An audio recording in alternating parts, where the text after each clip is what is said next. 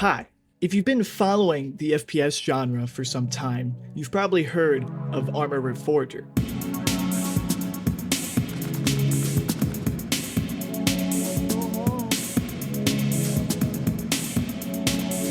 Should I hit the gunner?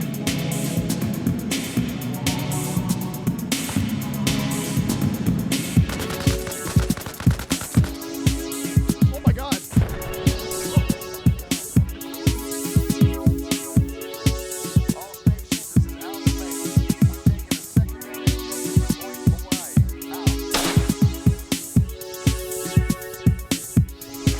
It lags the second I jump over the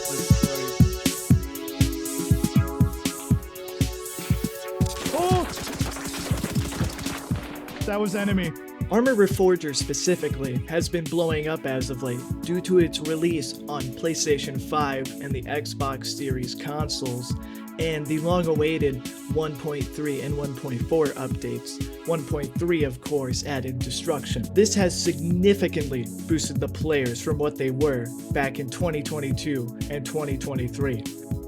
But just like everyone and their babushka, I've been caught by the Arma craze once again, and me and my buddies have been having a blast playing it. That's made me start wondering one thing though. Why? What makes Arma Reforger so good? How does one even try to begin to answer this question, you may be asking? Well, I thought I'd consult the only source of knowledge I know. The boys. I asked them for their honest opinions on Reforger, and then compiled some bullet points to share with you in this wonderful video. Now, there's a lot of things Reforger excels at, one of which being player accessibility. This entry in the franchise has to be one of the most accessible, being on PC, Xbox, and PlayStation with full mod support. It's also accessible because it's not Arma 3.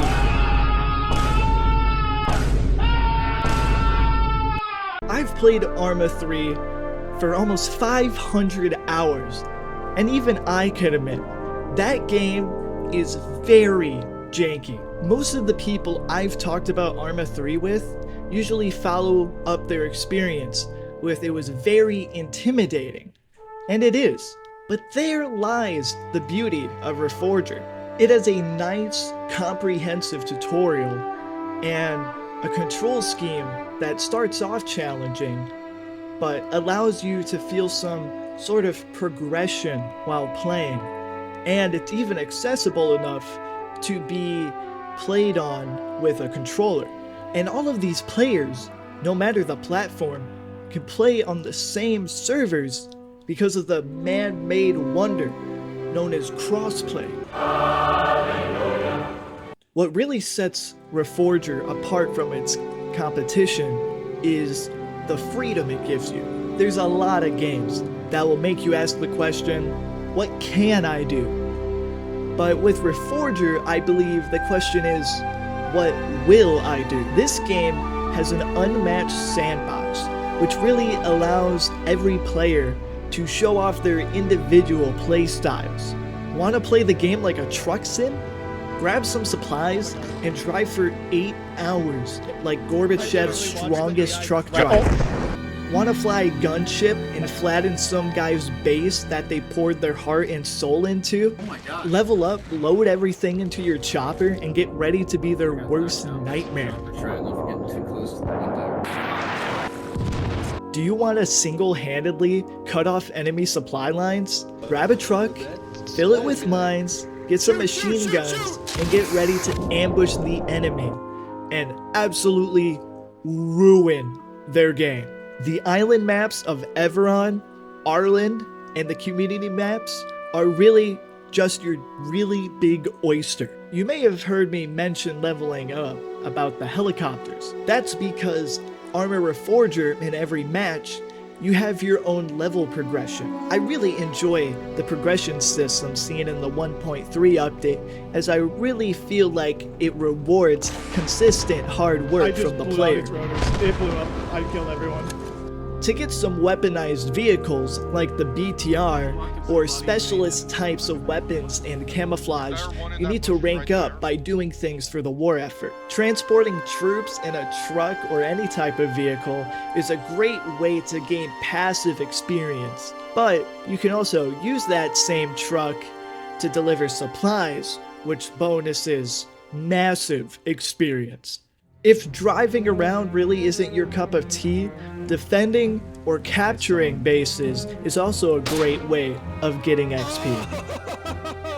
Just remember to accept the order on the map to get volunteer experience, which can give you more XP than you can imagine if you stack it up. Actually, let's get a little more in depth with those bases. Across the map, there's several points of interest that you'll be fighting over. You have purple or pink named objectives, which are the big ones, the game winners. On Everon, you'll need 5 of these to win, and on Arland, which is the smaller map, you'll only need 2. In between these big objectives, you'll see a series of beautiful towns and outposts where you can build emplacements and defenses to stop the enemy team and assist your team.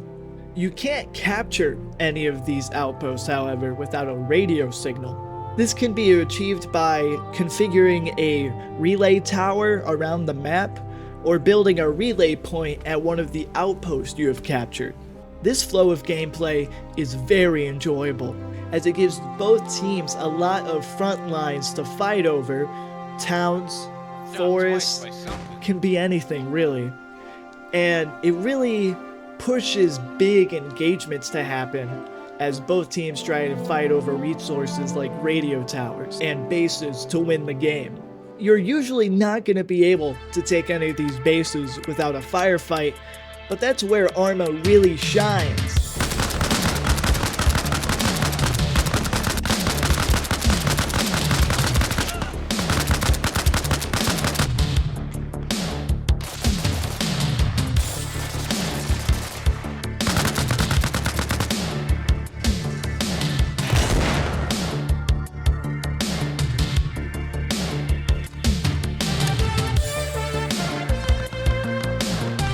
The gunplay is less about running and gunning and more about strategy. A small burst out of any rifle can down you or outright kill you in a firefight even before you see the enemy. That's why it's wise to play it safe and try to flip the firefight on your own terms. Flanking, hit and run tactics, teamwork, and smart thinking will keep you alive. Every skirmish you get wrapped into will feel like a high-risk, high-reward challenge. The best moments in Arma Reforger, in my opinion, are working together with a small squad, be friends or just some randoms you met on the server, and achieving a task that you really couldn't do by yourself.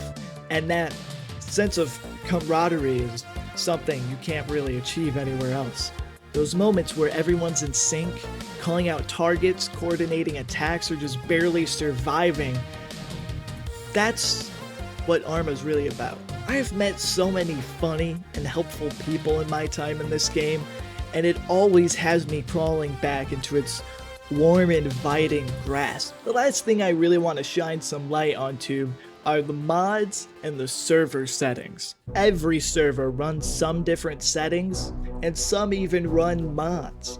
I would recommend starting with the vanilla game at first to get your bearings, and then dabbling into the mods. But if you just can't stomach 1989 warfare, there's a lot of different settings to suit your fancy. Maybe the Vietnam War in 1967 is more your speed, or you just want to fight for an insurgency in the 2010s. Or maybe you could even fight in a super grounded, realistic Ukraine trench combat simulator. It gets really crazy. Or you can even end up storming the beaches of Normandy in 1944 as of late. So that's why I keep coming back to Arma Reforger. It's not just the firefights or the new features. It's the stories you create, the people you meet along the way, and the endless ways to play. Whether you're running logistics, holding the line with your squad, or just getting into some weird situations with some strangers, there's always something new waiting for you. And with mods and custom servers, the possibilities are nearly endless. If you've been on the fence about buying Reforger, or maybe you bounced off Arma 3 in the past, I'd say right now is a good time to pick it up, as the 1.5 update is about to drop soon. Who knows? You might end up with your own stories to tell me in the comments below. And remember, Reforger, I barely know her. Have a good one. I don't know. Rádio Everon. Váš život na naší vlně.